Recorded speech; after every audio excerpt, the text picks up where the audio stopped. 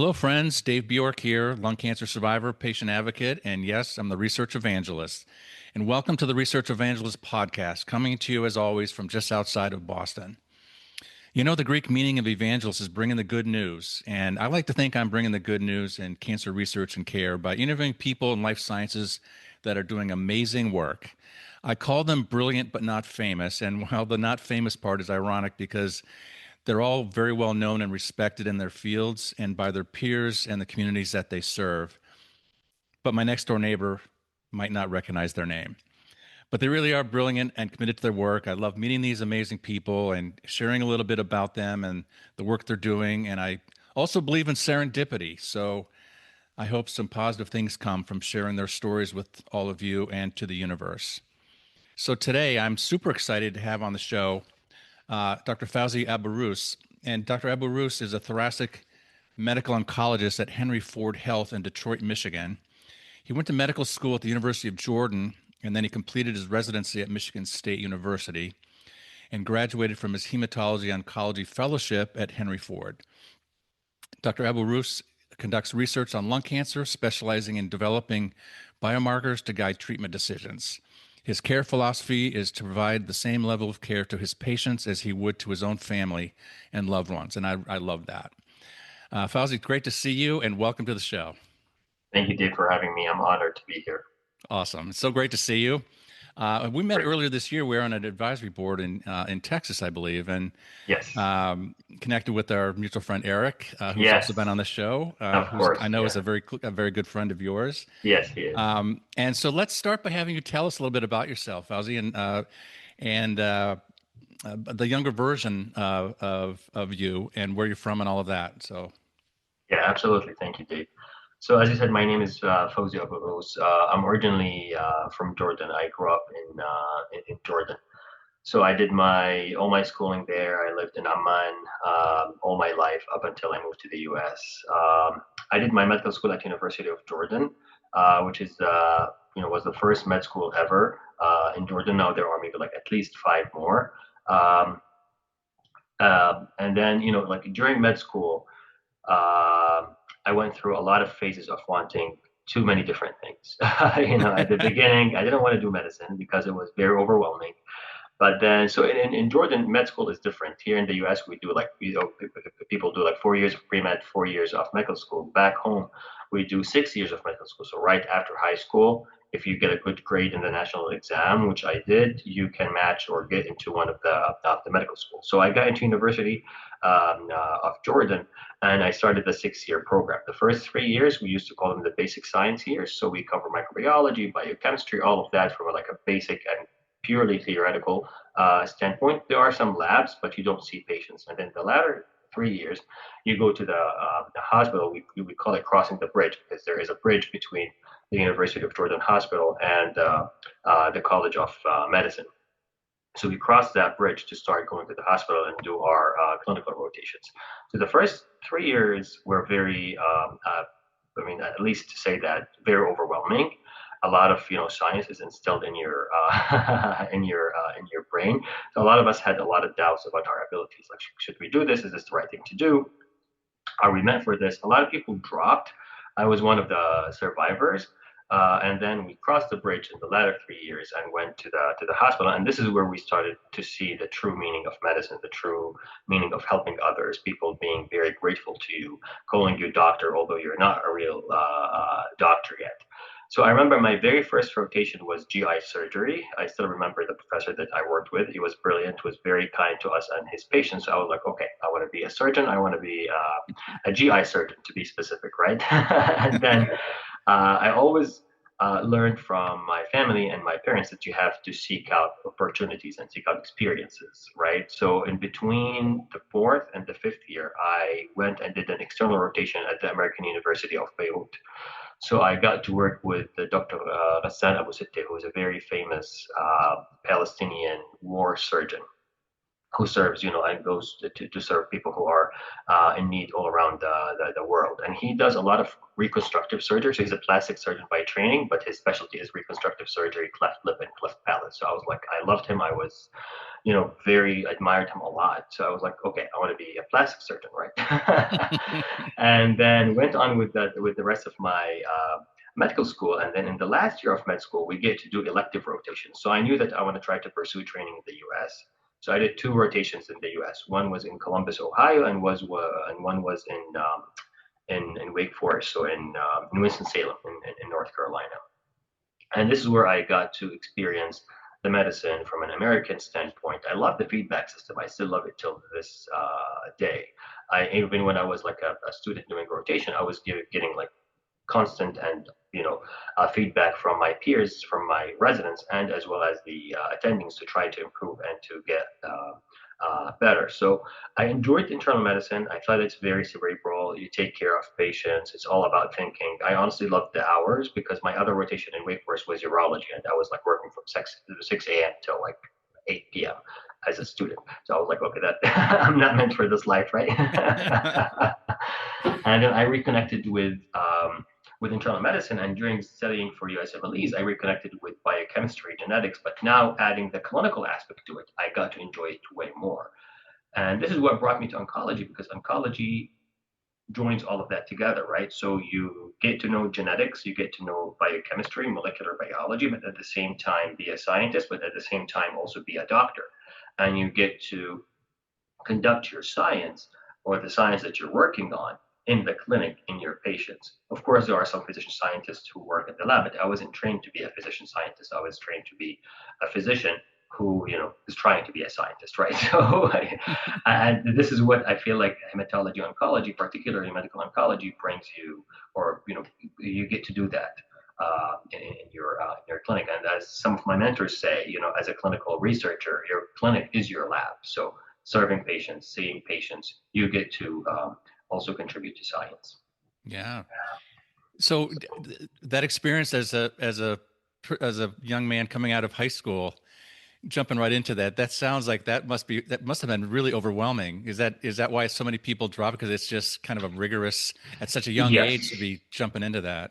yes, it's very overwhelming. Now, let me tell you a little bit about the Jordanian, like slash Palestinian slash Arabic community. We're all very overachievers. Like since childhood, everyone will put a lot of pressure on that one national exam, and this is how the system is built. It has some positives and negatives. The way it's built, where everything culminates into that national exams. There are other routes. Some people will do like the foreign programs, which I think they're called IB and IG. The foreign programs, but you still have to kind of it will take you to that one point where you have to apply to what we call like a national match to get into the specialty that you want, the college that you want. So a lot of pressure is put on that one turning point of your life, right? So what I'm trying to say is that a lot of the students will do very well on that exam, right? And everyone that does well wants to be probably like a doctor or an engineer or a pharmacist, or very high achieving or very high demanding competitive specialties, right?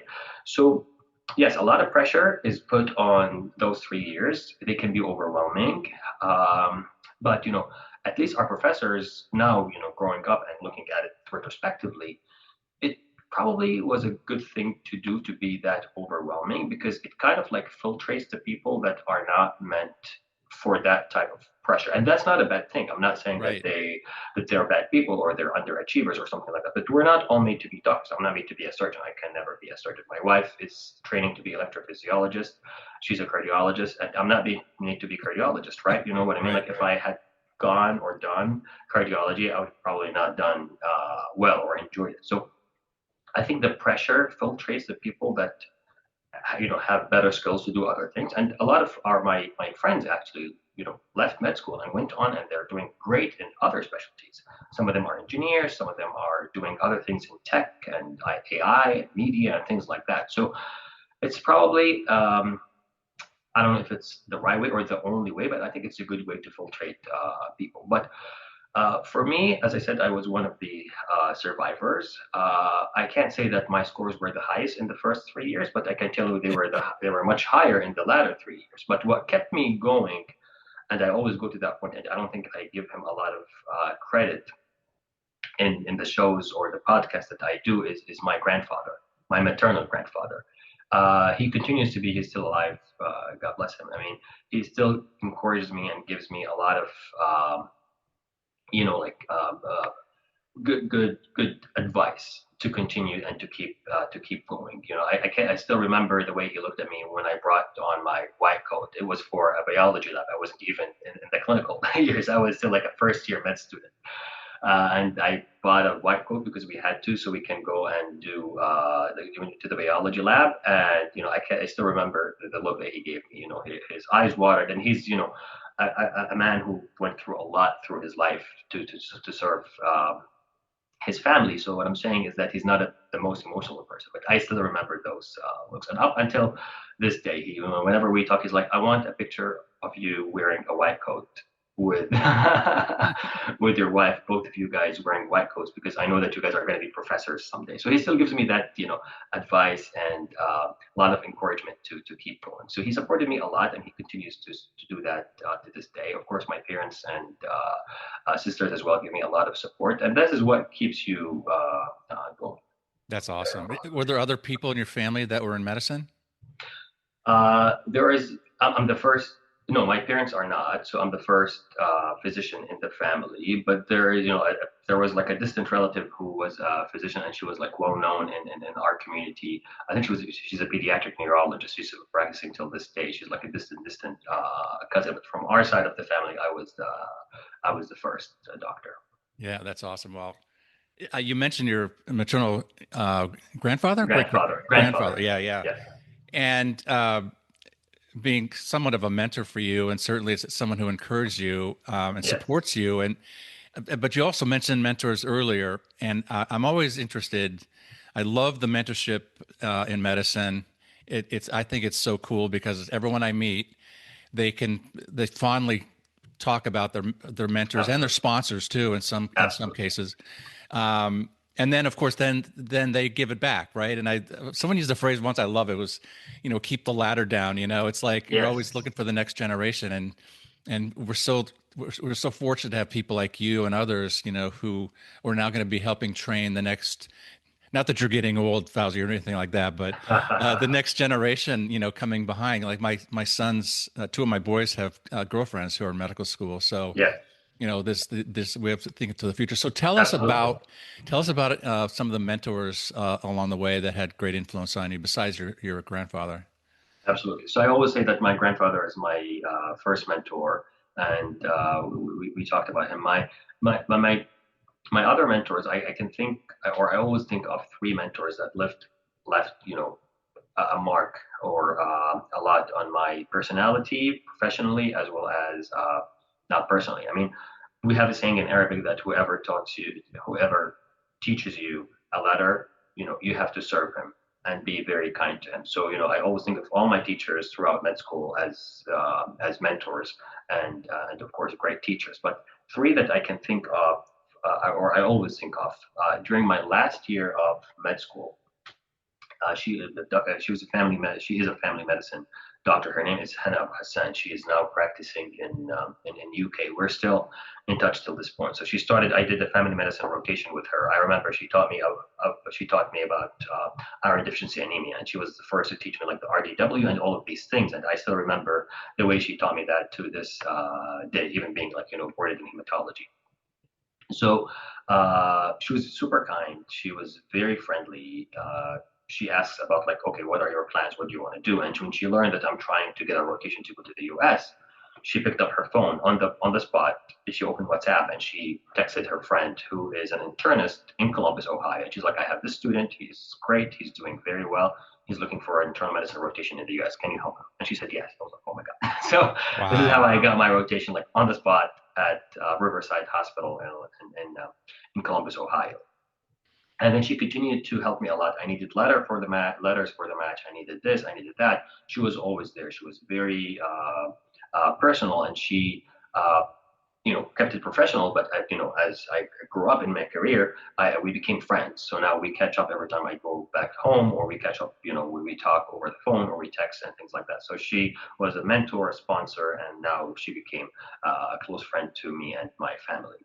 My other sponsor, or my second mentor that I always think of, it was during residency. Her name is Dr. Susie Hasuna. She was a well-renowned hematologist and scientist in thrombosis. I don't think she was seeing patients actively when I got to Michigan State University, but she was more of like an emeritus professor who has done a lot in thrombosis.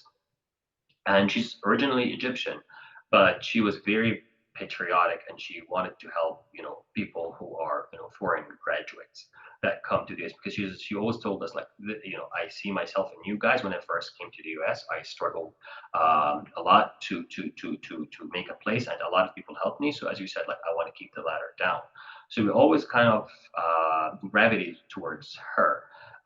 And she was like more of like a mother and a mentor, and she would feed you. And she's that type of person that she won't meet. She will meet with us in her office, but she would prefer to meet with us in a restaurant so she can feed us. And she would order a lot of food so you can take food back home. And she became friend. My wife came during that time to do a rotation at Sparrow Hospital at Michigan State University, and she also like invited us to dinner at their house and outside, and she made sure all of us are well fed. So she sponsored us and sponsored me personally because I wanted to do hematology oncology, and mentored me. And she taught me a lot on how to be a diagnostician and how to think. And I still remember she was very stern. So in one of our meetings, I said something wrong. I, I don't remember the exact conversation, but I said something that, I made a comment and that was wrong. And she looked at me and she's like, don't be stupid. You have to be aware of your surroundings. And I swear to God, that was like a turning moment in my life, because I was like, yes, I have to be aware of my surroundings. Otherwise, I'm going to miss out a lot of opportunities. And it made a huge difference that wherever I go, I try to be very aware of my surroundings, right? I try to spend a lot of time, or enough time, to know exactly what I want, and then use my surroundings to get me to my next goal, or to what I want to do next. And it was, if I remember one thing that she told me, that was that sentence: you have to be aware of your surroundings. I tried to forget the don't be stupid part, but I can't. And unfortunately, she passed away in our second year of residency, but we got to know her family during that tough time for them, and they were super nice. They still connect with us. The few students that we were very, or residents that we were very close, that she was very close to us, or we were very close to her. And then the last person, or the third mentor that I can't say enough great things about him, is Dr. Gadil, Shirish Gadil, who is a well-known thoracic medical oncologist and a clinical researcher. So I think God works in mysterious ways, right? So I joined Henry Ford in July of 2020. He had joined the division to be the division chief in May, I think, 2020. I mean, during COVID, and I came into the residency wanting to do hematology, or wanting to do particularly leukemia, because during my residency I did a rotation at MD Anderson in the leukemia department. I was just like mind blown by their clinical research and how scientific they are. And I was like, okay, I want to come back and do a leukemia fellowship. And I kept in touch with him. And that was, my first year. But then I got to know him. I worked in his clinic. We got to work on a project. And then I was like, okay, I'm really enjoying this. I'm enjoying lung cancer. It's very molecular. That's why I got into hematology oncology in the beginning, or at the beginning. And I think we clicked. I think we share a lot of things, like how we think about research. And this is, the moment that he became my mentor and sponsor up until this day. He helped me a lot. He put me in front of a lot of people in ways that I did not understand at that point. When I was a fellow, when he was like, "No, you have to come and meet with industry with me," and I was like, "Why are we doing this?" I did not understand a lot of the things that they were talking about, but now now it all made sense. He put me in front of a lot of people. He put my names for a lot of talks, a lot of gave me a lot of opportunities to chair symposiums, as well as run trials and lead trials. And we overlap in two clinics, and I'm very thankful for that, because I still run a lot of cases by him. So he continues to be a great mentor. That's amazing. Yeah, and I can hear in your description of these people how they affected your life. And I always like, the more that we talk, the more I can I call it pulling the thread, right? Yeah, And really understanding who you are as a person as well as a physician based absolutely. upon some of these people. And I actually, through my podcast, was the first time I had actually someone explained the difference between a sponsor and a mentor. And Yeah, it sounds like you had both, and you had great support, but particularly coming from Jordan to the United yeah, States, culturally and everything. I'm sure that there was absolutely. all kinds of different challenges that you faced when you first came here. So how did you how did you end up in Michigan? Was it because of that relationship with that With Dr. person? Hazuna, no, I connected with her when I came to Michigan State. So no, that it was not because of that. It was because so when I was applying for the match, or before applying for the match, of course, I met my wife, and then we eventually we met actually studying at a public library, and we were both studying for the USMLEs. I'm 2 years ahead of her, so I was like that. I was preparing for the USMLEs after med school, but she's much smarter than me. So she was preparing in her fourth year of med school. She was preparing for what we call like step one. So we met there, and before I left, or actually while I was preparing for the match, we got engaged, and her family had her dad, who was a nephrologist. He did his training, all of his training in Michigan, and then at some point they went back to Jordan, but the whole family was thinking of like moving back to the US, particularly to Michigan, because we were all like, her brother was in med school at Michigan State. My wife was also finishing up med school, thinking of doing residency at the US. Her younger sister got into college at University of Michigan. So looked like everyone is moving back. So her dad was like, if you guys are all moving back, I'll move back with you and work in the US. He had a lot of connections. So he advised me to look into Michigan, having a good Arabic community, being very diverse, very good schools, very good residency programs, and they also have extended family in the area. And it worked out because most of my interviews when I applied to residency were in Michigan. That's awesome. And most of my top programs that I interviewed at were also in Michigan. So it worked out. So I went to MSU in Lansing, and then at Henry Ford, and this is where I stayed. That's awesome. So I didn't realize you had so much connection to Michigan. That's great. Yes. Yes. Is your wife from Jordan as well? Yes. Oh, okay. Yeah. That's Yeah. awesome. She was born here. And then I think when she was around like maybe 8, 9 years old, they moved back. Her dad practiced nephrology back home. And then around 2017, between 2017, 2018, slowly all of us started moving back to the US, and we all ended up in Michigan, except her brother is in Cleveland, which is pretty close. Yeah. And I mentioned in your introduction that your philosophy is providing the same level of care as you would to your family. Where does that come from? Does that come from the deep connection that you have with your family and how you were raised to think of helping others? That's one thing. I mean, it goes back um, to the reason why I went into medicine, hoping and trying to help others. And the advice that I was getting, and I still get to this day from my grandfather, that you have to care for people and take care of them like they are your family.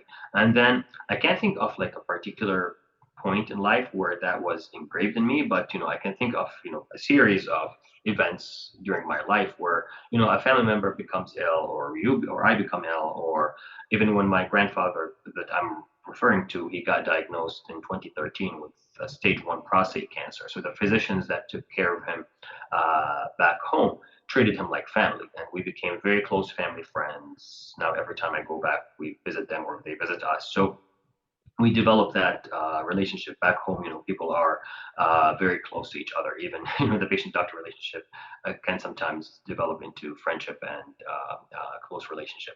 So seeing how uh, how much my family admired their doctors because of how well they treated them, or how much I admired the doctors that treated me. That was kind of like engraved in me, but I can't think of a certain point. And then in cancer care, we get asked this question a lot.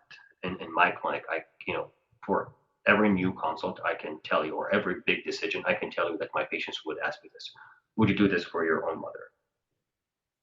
And my answer is, so my answer is always, or like before actually I give my answer, before I make that decision, I try to put myself in their shoes and think like, what would I do if that person was a family member, right? So I programmed myself to think of that way because I can see that question coming, and I don't want the answer to be in my mind at least. No, I won't do that to my own family. You know what I mean? So I programmed myself to think that way, but it's becoming more and more complex because navigating oncology and treatments is becoming more and more complex. Now, instead of like one first line, we have one, two, three, four first lines. So one thing might be, better for that person than that other person. So what I'm trying to say is that sometimes the decisions that we make, I might not make it for my own mother, but that is the right decision or the right recommendation I'm making for that particular patient in that particular moment. So now when patients ask me, like, would you do this for your own mother? I tell them, you know what? I mean, God forbid if my mother had lung cancer, my mind would be very clouded. I would probably not be making the right decision. But the recommendation I'm making, I think, based on this and this and this, is the right recommendation for you. And this answer evolved over time because it's becoming more and more complicated to navigate oncology, particularly lung cancer. Oh, definitely, definitely. And it's as our mutual friend Jill would say, it's informed decision making, right? And Absolutely. so I think that I use the word empathy a lot because I do believe that that's important, and I think the doctors who I know who are empathetic to their patients and see the patients as a whole patient and not just the 20 minutes or half an hour that they see Yes. them, but they actually try to understand their entire life. And to your point, making that decision when you have three choices, it might be a quality of life issue, it might be the age of the patient, or it might be the whatever, and but just helping the patient sort of go through that by being empathetic to their situation, I think is really important, right? Absolutely. I And you totally also agree. mentioned, the complexity, particularly in lung cancer. And I see you at the conferences. We just got Yeah. back from Barcelona, Yeah. and before that, I forget where I saw. I saw you. I saw you. Oh, when you're doing your podcast ASCO. Yep. at Yep. ASCO. At ASCO. Yes. Um, and I'm always struck by how do this balance of time that you have with seeing patients, and you're traveling to conferences, and you're consulting with friends and colleagues, and keeping up to date on everything. Like how it seems overwhelming to me. Now you're a specialist. I mean, you specialize in thoracic oncology, Yeah. so it's different for you than maybe a community oncologist who's seeing patients Absolutely. across the spectrum. But how do you all, find the time and balance it to keep up to date on things while you're also managing relationships with patients? Yeah. Yeah. I mean, I think this explains why we look very tired because we're trying to balance all of that, and I don't think anyone has the right formula or the right balance of those things, but they're very important to try to balance, right? I think community oncology is the more difficult job because you have to keep up with all of these tumor types, right? You can't just be informed and up to date on lung cancer, but miss out on some of the updates in GI, right? You have to be updated on all of those because this is your daily life in clinic. For us, I think going to conferences, connecting with our peers via social media or the podcast that we started, or listening to your podcast or other podcasts like On Brothers and things like that, will keep you updated and informed. I do use sometimes my commute. I drive 30 minutes back and forth from to work and back from work, and I have to also stop by to pick up my daughter. So I use that time to listen to podcasts and stay informed. But sometimes I need that time to also like detach and listen to something else. So I feel like that 30 minutes of listening to a random podcast or something like that keep up it keeps the balance going. As I said, so going to conferences, catching up with friends, from social media and other things will keep you updated. And being specialized, I'll be honest, it's a little bit easier to stay updated when you're specialized on lung cancer. I still know what's going on in other tumor types, but I can't tell you that I know what's going on to the details that I know about lung cancer, right? Yeah, Yeah. yeah. Yeah. Thank you for that. And you mentioned your podcast, and you have to tell us about your new podcast. Yes. So we're very excited. So myself, Akash Desai, and Eric Friends, we've been very good friends for a few years now. Our first connection was actually through Jill Feldman, where she called us the Three Musketeers, and she's been helping us and working with us since then. So she's a very dear friend of the three of us. So we've been talking about this idea for a while. We actually had that Twitter page, Lung Cancer RX, for a while now, at least for 2 years, if I'm not wrong. We thought a lot about how to work with it. At the beginning, we wanted to do like, we tried actually to do like some tutorials and something similar to Tumor Board Tuesday, but it was demanding, time demanding. And also, I don't know, maybe the format that we did it wasn't um, it just did not catch on, and I don't think we had the time to do it. But of course, we stayed connected. We worked on many projects with the three of us together, and also with Jill. And we kept talking to the three of us about like we should maybe think about podcasts. Maybe we should think about podcasts. Maybe we should think about podcasts. And then at some point, um, again, I can't think of like a certain catalyst that got this together, but through one of like our catch-up meetings, we were like, okay, let's try and talk to some people and see if we can get this going. And one email, one text, something led to the other, and then it just became a reality. And we got sponsored. We got connected with Oncology News Central. They're doing a phenomenal job.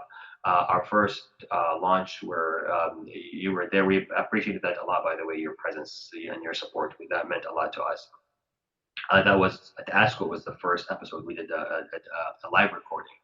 Um, and it felt very natural to invite Jill to that because she was one of the main connections for the three of us. And since then, Oncology News Central, they made it very seamless. So they help us with all the logistics as well as the technical issues, which the three of us are not very well-rounded in.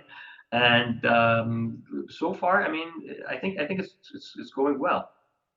That's awesome. Well, you guys are all good guys, so Thank I you. I'm really excited for you all to put your passion to work, and Appreciate it. I was honored to be there to see you guys kick off Absolutely. the first episode. But how do people find it? Uh, Is it so primarily on Twitter? Is that how you're? So it's on all platforms, Okay. like Apple Podcasts, and Spotify, and all other, podcast platforms. And then we announce the new episodes on Twitter, on Night. Instagram.